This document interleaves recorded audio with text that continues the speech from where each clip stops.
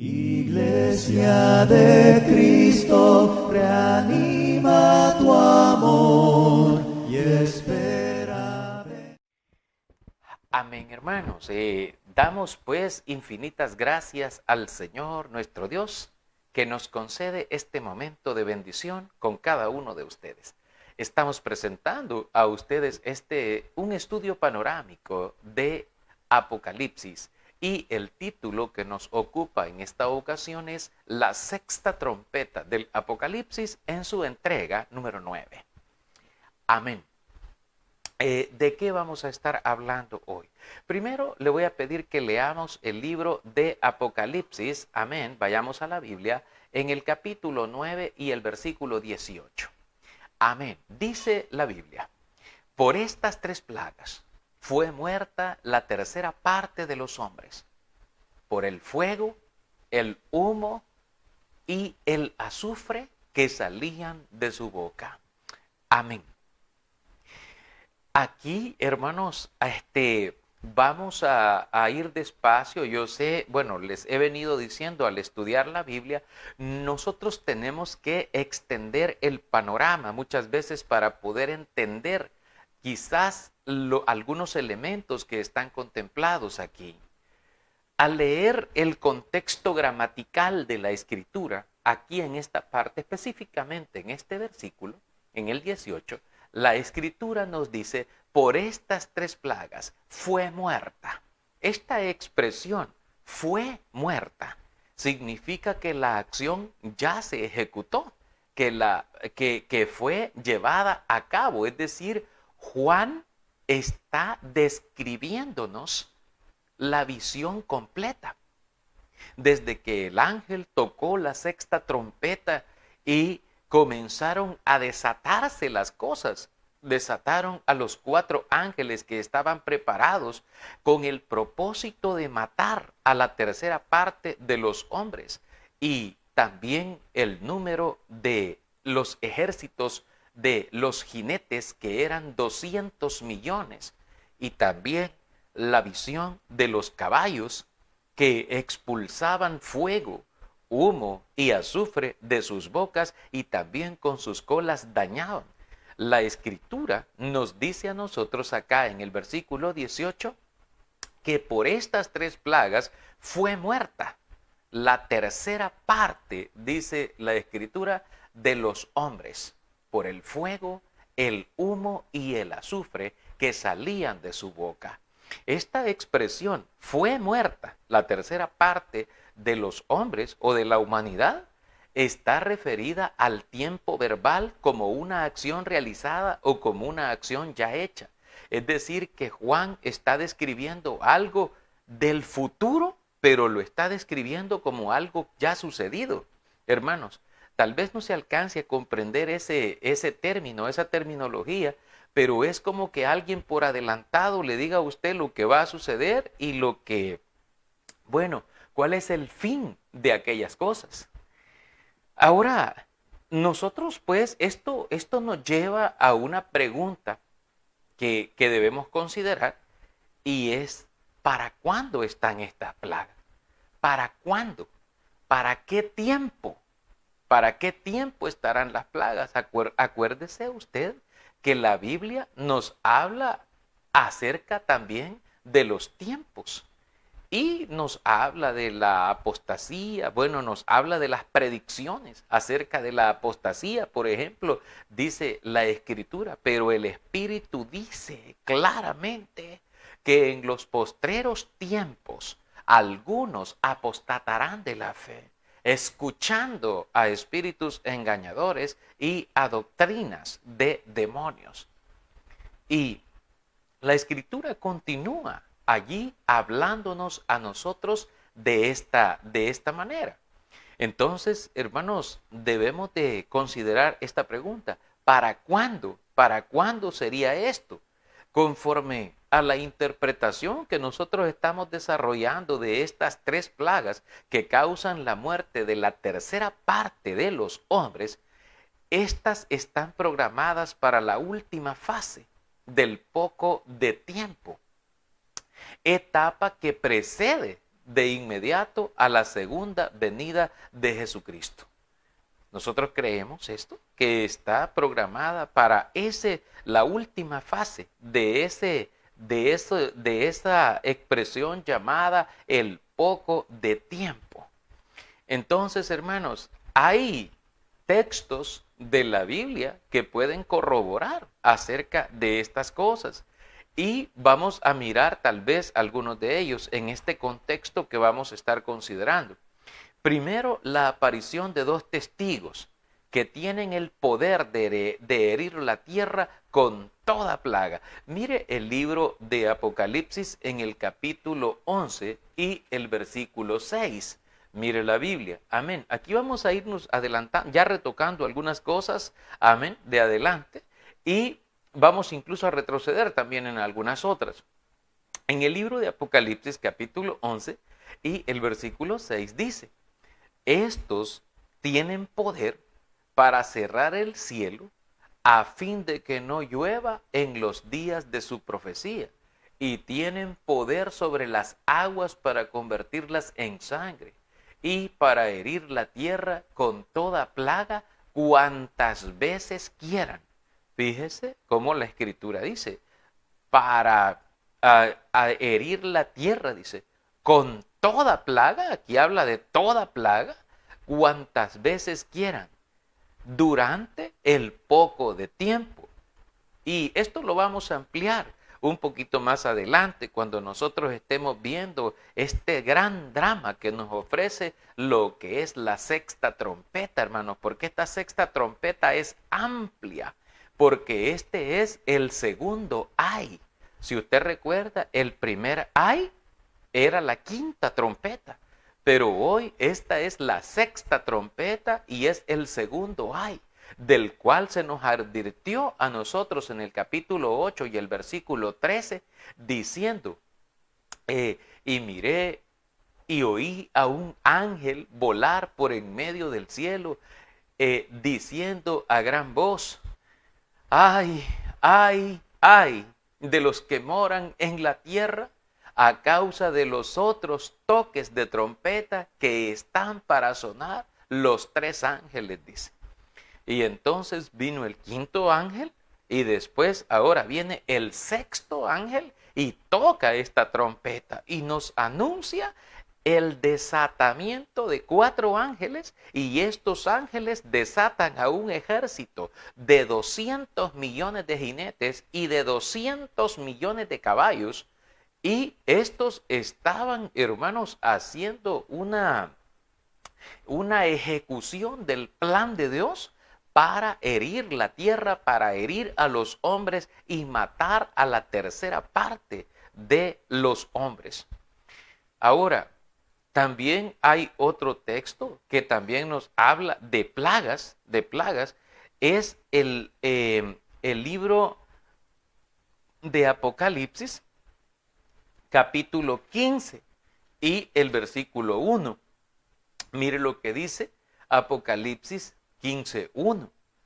Vi en el cielo otra señal grande y admirable, 7 ángeles que tenían las 7 plagas postreras, porque en ellas se consumaba la ira de Dios.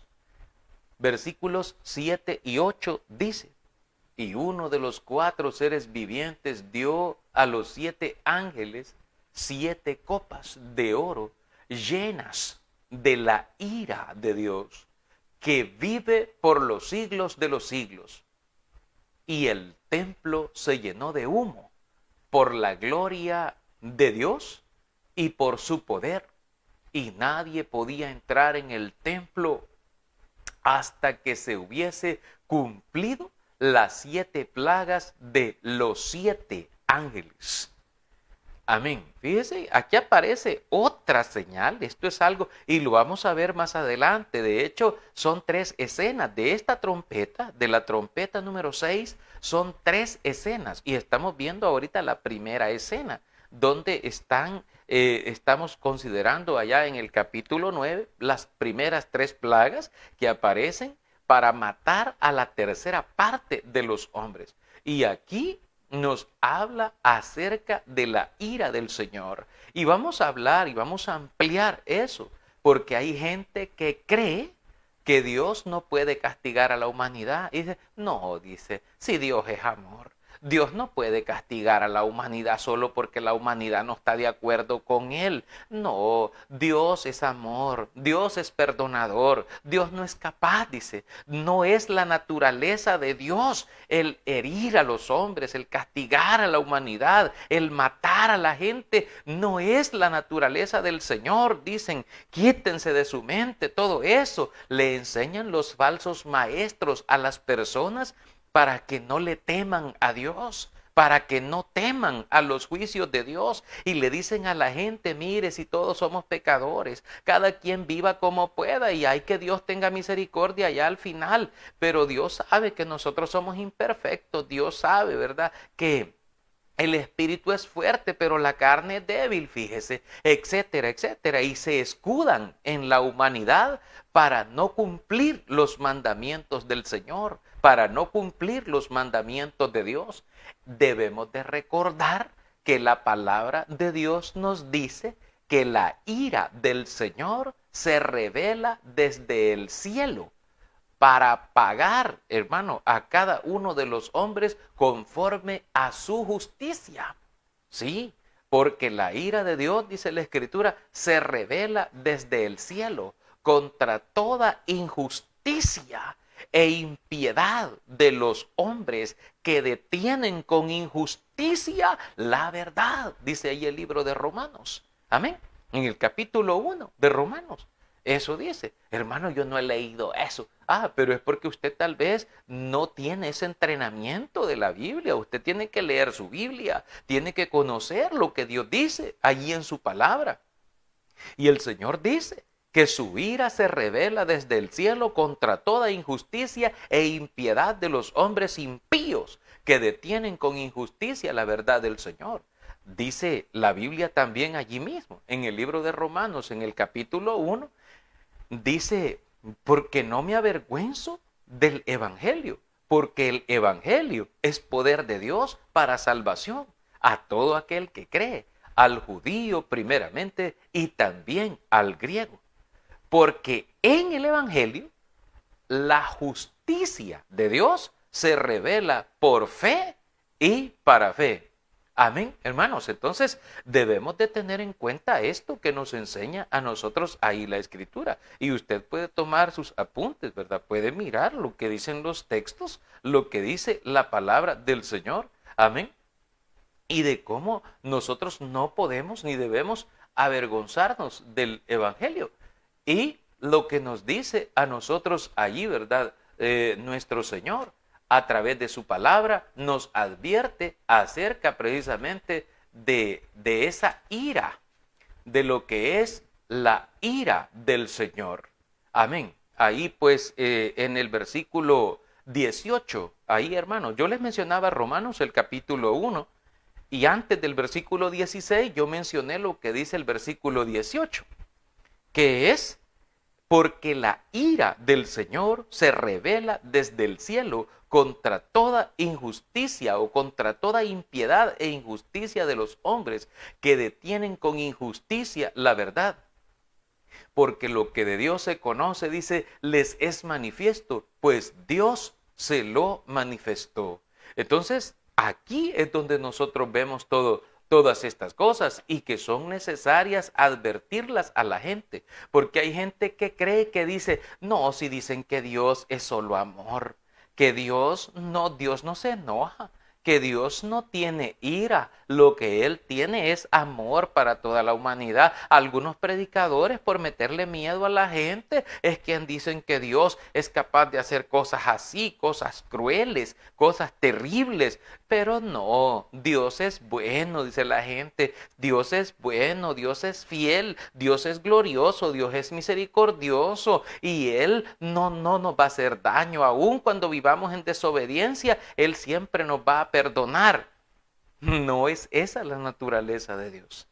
La naturaleza de Dios nos dice a nosotros la Biblia que Dios, si bien es amor, porque eso dice la Escritura, que Dios es amor, también es fuego consumidor. Es decir, Dios es fuego consumidor. Y debemos de entender de que Apocalipsis es un libro que en su naturaleza encierra juicio. Encierra juicio sobre el mundo de los impíos, sobre el mundo de los infieles, por cuanto ellos desecharon a Dios y amaron la mentira y a las criaturas y adoraron a las criaturas antes que al Creador. Y comenzaron a adorar imágenes y comenzaron a hacer cosas que estaban prohibidas por la ley del Señor, como lo especifica el capítulo 9, versículos 20 y 21 de Apocalipsis, cuando dice, y los otros hombres que no fueron muertos con estas plagas, ni aun así se arrepintieron de las obras de sus manos, ni dejaron de adorar a los demonios, ni dejaron de adorar a las imágenes de oro, de plata, de bronce, de piedra y de madera, las cuales no pueden ver, ni oír, ni andar. Ni se arrepintieron tampoco de sus homicidios, ni de sus hechicerías, ni de sus fornicaciones, ni de sus hurtos, porque el mundo siguió devanándose en su pecado, haciendo todo lo contrario a la voluntad de Dios. Por lo cual Dios envía los juicios sobre el mundo para que el mundo pague por su pecado, porque la paga del pecado es muerte. Es muerte. Ahora, miramos nosotros también, bueno, esta palabra que aparece en Apocalipsis, donde leíamos en el capítulo 15 y los versículos, tanto el versículo 1 y los versículos 7 y 8 que ya leímos en Apocalipsis, nos hablan, hermanos, de las 7 plagas postreras, porque en ellas se consumaba la ira de Dios. Esta expresión de plagas postreras se refiere, hermanos, a aquellas plagas que el Señor va a traer al final de los tiempos, y consumar la ira de Dios quiere decir llevarla a ejecución. Es decir, cuando Dios dice, como este ha sido rebelde y ella también ha sido rebelde y todos estos han sido rebeldes, yo ordeno que los maten, mátenlos a todos, córtenles la vida, séguenles la vida. El Señor da el designio, el Señor da la orden, porque Él puede dar la vida y Él puede quitarla a quien Él quiera. ¿Y qué le puede decir usted a Dios? No le puede decir nada. Señor, ¿qué estás haciendo? ¿Por qué vas a quitarle la vida? No. De hecho, sí hubo un hombre en el pasado que se llamó Abraham. Usted habrá oído hablar de él. Le conocemos los cristianos como el padre de la fe, porque él tuvo fe en el Señor, y aunque fue probado duramente, a mí no me gustaría ser probado así, pero el Señor lo probó, la fe de ese varón, y él sí intervino. Fíjese que un día Dios dijo que, bueno, decidió destruir completamente a las ciudades de Sodoma y de Gomorra junto con todos sus moradores. Y entonces los ángeles que habían sido enviados, 2 ángeles, le declararon a Abraham lo que iban a hacer. Y entonces Abraham dice, Señor, lejos de ti esté el hacer mal, lejos de ti esté el que muera el justo con el impío juntamente. No, Señor, no, porque puede haber gente buena allí, decía Abraham. Señor, le dice, ¿y si hay 50 justos allí, los vas a destruir? ¿Los vas a matar juntamente con toda la ciudad? Y él dice, no, si hay 50 justos no lo voy a hacer. ¿Y si hay 45? ¿Y si hubieran 30? ¿Y si hubieran 20? ¿Y si hubieran 10 justos? Decía ya al final, hermano, ya cansando la paciencia de Dios. ¿Y si hubieran solo 10, Señor? 10 justos en todas las ciudades, en las 2 ciudades. ¿Los vas a destruir? No, le dice el Señor, por amor a los 10 no lo voy a hacer. Vaya, pues está bien, le dijo, a 10 personas, pero no halló 10 justos. La Escritura dice que solamente Lot y sus 2 hijas fueron sacados de ahí, y le dijeron, vete hacia las montañas y no mires tras ti, porque vamos a destruir esta ciudad. Y aún la esposa de Lot, que iba juntamente con él, esta pues desobedeció a la orden, pues la orden decía, no mires tras ti, y miró tras de sí y fue castigada severamente.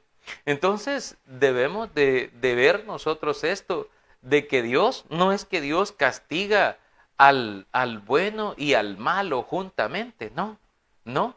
La Escritura nos dice a nosotros que Dios viene haciendo juicio de destrucción principalmente sobre los impíos, principalmente sobre aquellos que están haciendo lo malo. Y esto lo acabamos de leer aquí en el libro de Romanos. Si usted va allí a la Biblia, en el capítulo 1 de aquí de Romanos, lo hemos leído. Dice el Señor, porque la ira de Dios se revela desde el cielo contra toda impiedad e injusticia de los hombres, que detienen con injusticia la verdad. Esto es, dice, fíjese bien, va para los hombres que practican la impiedad, para los que viven en la maldad, para los que viven en el pecado. No es para los hijos de Dios, porque los hijos de Dios están apartados de todo eso.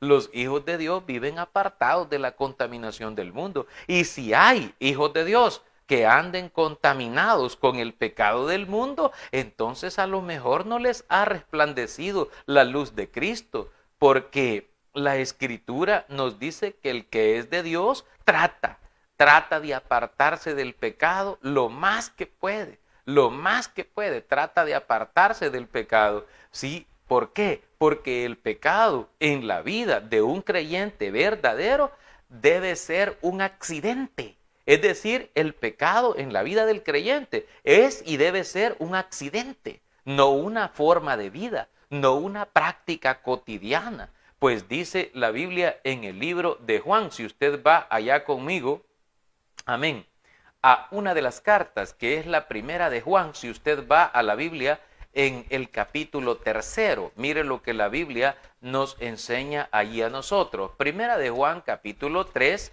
dice la palabra del Señor lo siguiente. Amén. Dice la palabra del Señor. Amén. Dice, vamos a leer lo que dice el capítulo 3, dice el versículo 3 lo siguiente: y todo aquel que tiene esta esperanza en Él, se purifica a sí mismo, así como Él es puro. Versículo 4, todo aquel que comete pecado, infringe también la ley, pues el pecado es infracción de la ley. Ahora, dice el versículo 6, todo aquel que permanece en Él no peca. Todo aquel que peca no le ha visto ni le ha conocido. Versículo 8 dice, el que practica el pecado es del diablo, porque el diablo peca desde el principio. Para esto apareció el Hijo de Dios, para deshacer las obras del diablo. Y dice, todo aquel que es nacido, versículo 9, todo aquel que es nacido de Dios no practica el pecado, porque la simiente de Dios permanece en él y no puede pecar, porque es nacido de Dios. En esto se manifiestan los hijos de Dios y los hijos del diablo. Todo aquel que no hace justicia y que no ama a su hermano, no es de Dios. Amén. Y continúa, el texto continúa enseñando, continúa ilustrándonos acerca de la vida del creyente. Entonces Dios trae estos juicios, Dios trae todas estas cosas, pero no las trae para los creyentes. Viene para los infieles, viene para los impíos, viene para los pecadores, para las personas que no se apartan del pecado y que siguen viviendo en una condición difícil delante de Dios, delante del Señor, porque su necio corazón se ha entenebrecido con este mundo y entonces está, como dicen, listo para ser cortado de entre los vivientes, por cuanto no quisieron reconocer el amor a la verdad, sino que hicieron el pecado y se complacieron en la injusticia haciendo lo malo. Entonces, todo esto nosotros lo tenemos que ver porque la ira de Dios se revela de esta manera. Más adelante lo vamos a ampliar cuando hablemos de eso, de las copas de la ira. Cuando lleguemos a esa parte, vamos a hablar bastante de esto y de los juicios de Dios y de cómo esto consiste. Alguien decía, nosotros los cristianos no tenemos que tener temor de nada porque estamos en Dios. Es cierto, los cristianos no. Pero el que anda en pecado, la persona que anda en pecado, sí debe tener temor, sí debe temer por su vida, porque está contado con los infieles y va a ser cortado con los mismos, de acuerdo a la voluntad de Dios, pues dice que Él vendrá y pagará a cada uno conforme a sus obras pagará el Señor. Ahora, miramos nosotros esto de las 7 plagas postreras, y esta palabra postrera quiere decir último. Y se deduce, hermanos, que estas 7 plagas postreras son para el tiempo cuando se consuma la ira del Señor. Es decir, son para los últimos días que preceden a la segunda venida de Cristo y el fin del tiempo, porque el tiempo ahí se detiene. Ahora, hay una correlación entre lo que son, hermanos, las 7 plagas postreras, también toda plaga de que se habla de los 2 testigos y las 3 plagas de la 6ª trompeta. Es obvia, entonces todas están programadas para los humanos levantados airadamente contra el soberano Dios, creador, durante los últimos días convulsionados antes del fin del universo material y del tiempo mismo. Es decir que usted mira a toda esa gente ahí haciendo lo malo, robando, matando, hablando mentiras, enseñando doctrinas equivocadas, diciéndole a la gente que está bien que vivan así, de hecho llevándolo, hermano, tenga cuidado, cuando le vámonos a manifestaciones y se lo llevan allá, hermano, allá a las manifestaciones, le vamos a dar allí $10 o le vamos a dar la comida, vámonos a manifestarnos y vamos a pedir que sea aprobada la ley del aborto, un ejemplo, hermano. Y usted como miembro del cuerpo de Cristo, se vaya a andar metiendo allí en esas cosas donde está la gente revoltosa, donde está la gente rebelde, donde está la gente perversa, donde está la gente mala, que están abogando incluso por el asesinato de los no nacidos para que puedan matar a los no nacidos. Esto es, a los bebés que no han visto la luz todavía, sino que son asesinados en el vientre de la madre. Hermano, esa es una obra de Satanás. Es una obra, pero de las más tremendas, de las más perversas.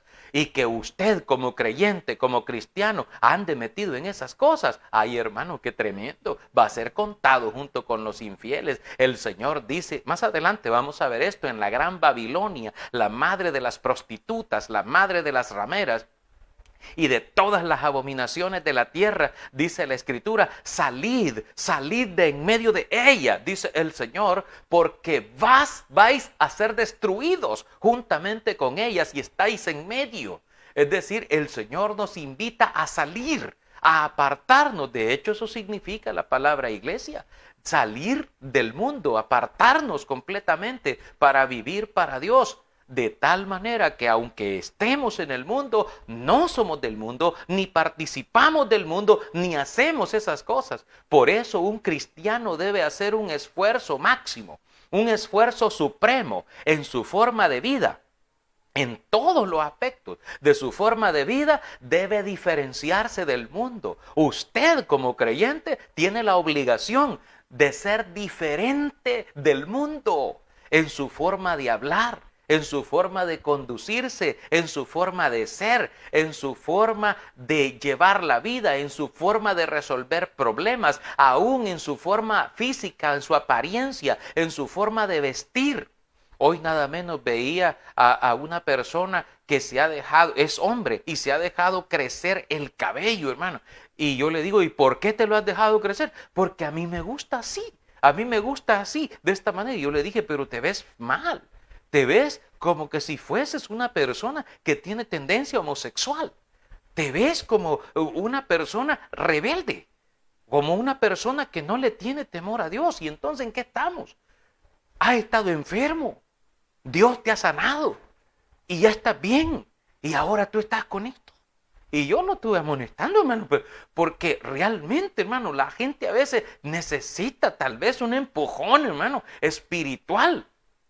Pero hay mucha gente, incluso que son cristianos, y todavía siguen las mismas costumbres del mundo, la misma forma de vida del mundo. Es más, se confunden con el mundo porque parecen del mundo. Y digo yo, hermanos, y cuando el Señor venga con estos juicios sobre los impíos, sobre los infieles, ¿cómo les va a ir? ¿Cómo van a ser contados? ¿Van a ser contados con los justos o van a ser contados con los impíos, con los pecadores? El Señor dice, más adelante lo vamos a estudiar, ahorita yo solo le estoy dando un asomo acerca de esto.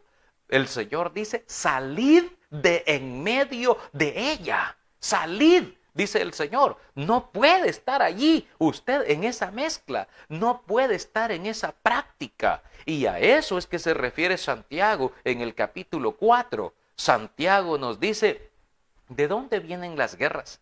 ¿Y de dónde vienen los pleitos entre vosotros? ¿Acaso no es de vuestras pasiones?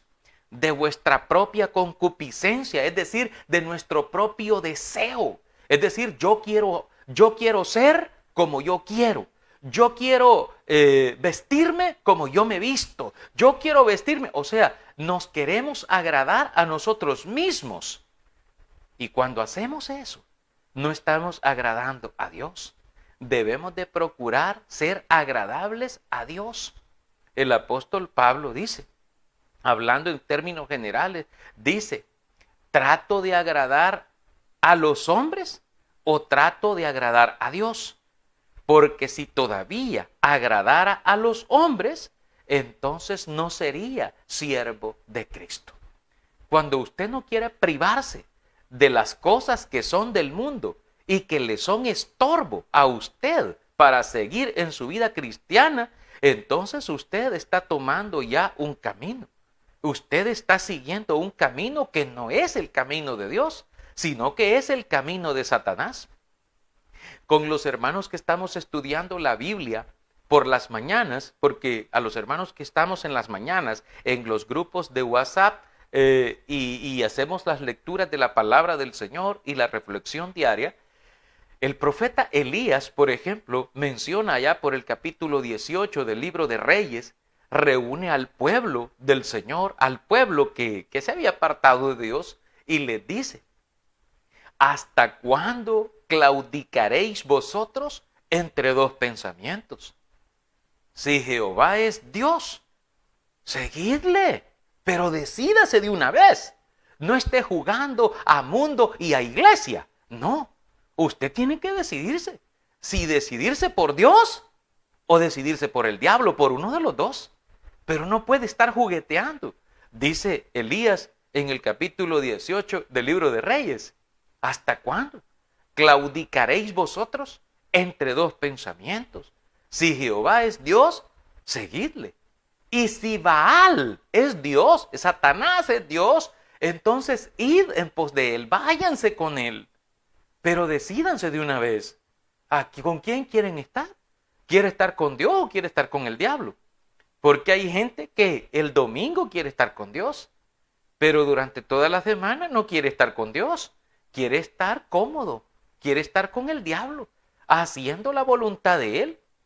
La Escritura dice en el libro de Efesios capítulo 2, dice, y él os dio vida a vosotros cuando estabais muertos en delitos y en pecados, en los cuales anduvisteis en otro tiempo, siguiendo la corriente de este mundo, conforme al príncipe de la potestad del aire, el espíritu que ahora opera en los hijos de desobediencia, dice la Escritura. ese espíritu malvado, ese espíritu perverso, ese espíritu tremendo, es el que opera en los hijos de desobediencia. Ya escuchaba yo por ahí, hermano, porque ya se veían por ahí en algunas casas algunas luces navideñas, ¿vea? Y la gente dice, esta gente que ya comenzó a poner lucitas en sus casas, dice, ya tienen el espíritu navideño, dice, en su casa, ya tienen ese al espíritu navideño. Y yo me pregunté, cuando dicen espíritu navideño, ¿qué clase de espíritu es el que están dejando entrar en su hogar? Porque hay quienes hasta ponen a un hombre gordo con un traje rojo y lo ponen allí en la entrada de su casa, ¿verdad? Un jo, jo, jo, ¿verdad? Hermanos, ahí, y eso no tiene nada que ver con la fe, hermanos, porque esa es otra cosa, pero la gente, como a la gente le gusta y como la gente lo hace. Y por los niños lo hacemos, dicen algunos. Y tal cosa y tal cosa. Y la gente justifica y se justifica en la tradición, se justifica en el mundo y hacen las cosas que ellos quieren. Hermano, cuando Dios ve que la gente hace lo que quiere y no lo que Él dice, para que se aparte de esas vanidades, ¿qué es eso, hermano? De esos espíritus o de esas cosas que va a dejar entrar. No, usted asegúrese de dejar entrar en su vida al Espíritu de Dios, pero no otro espíritu, porque otro espíritu no es de Dios. El Espíritu Santo sí es de Dios, y por esto también la Biblia nos enseña allá en la carta de Juan, nos dice el Señor, hijitos, dice, no creáis a todo espíritu, sino probad a los espíritus para saber si son de Dios. Es decir, que usted como creyente tiene que preguntarse, ¿y esto le agrada al Señor o no le agrada al Señor? ¿O dónde está en la Biblia? Pues, ¿dónde está en la Biblia esto? Para que yo lo pueda llevar adelante, para que yo lo pueda practicar, para que yo lo pueda hacer. Porque de repente nos podemos ver involucrados en situaciones que son de una desventaja total. Y por eso es que el Señor nos invita a salir del mundo, a salir de en medio de esa contaminación. Por eso dice el Señor allá siempre en Santiago capítulo 4, dice el Señor, dice, oh almas adúlteras, ¿no sabéis que la amistad del mundo es enemistad contra Dios? Cualquiera pues que quiera ser amigo del mundo se constituye en enemigo de Dios. Entonces, si la persona comienza a vivir como el mundo, a practicar como el mundo, a vivir como el mundo, a hablar como el mundo, a vestir como el mundo, a llevar una vida parecida a la del mundo, imitando al mundo y no a Cristo, entonces usted debe saber lo que la Biblia dice, que tales personas se han constituido en enemigos de Dios. Y la Biblia dice que estos juicios de Dios vienen sobre sus enemigos, vienen sobre los impíos, sobre la gente que no tiene la marca, que no tiene el sello de Dios, sino que están marcados con otro sello. Ya lo vamos a ver más adelante cuando estudiemos las bestias del Apocalipsis, que también vienen en camino. Es que este estudio es bastante amplio, hermanos, y por eso le pedimos un poquito de paciencia, porque es bastante amplio en sí mismo. Y sé que algunas de las cosas que probablemente yo hablo aquí no gustan mucho. Algunas cosas no gustan, no les gustan. No nos gustan algunos, pero aquí no estamos para complacernos a nosotros mismos en nuestros gustos, sino que aquí estamos, hermano, para complacer a Dios y hacer la voluntad de Dios, pidiéndole al Señor que tenga misericordia y que se haga su voluntad, porque queremos agradarle a Él antes que a todas las cosas. Y dice, porque no buscamos quedar bien con la gente, tratamos de quedar bien con Dios.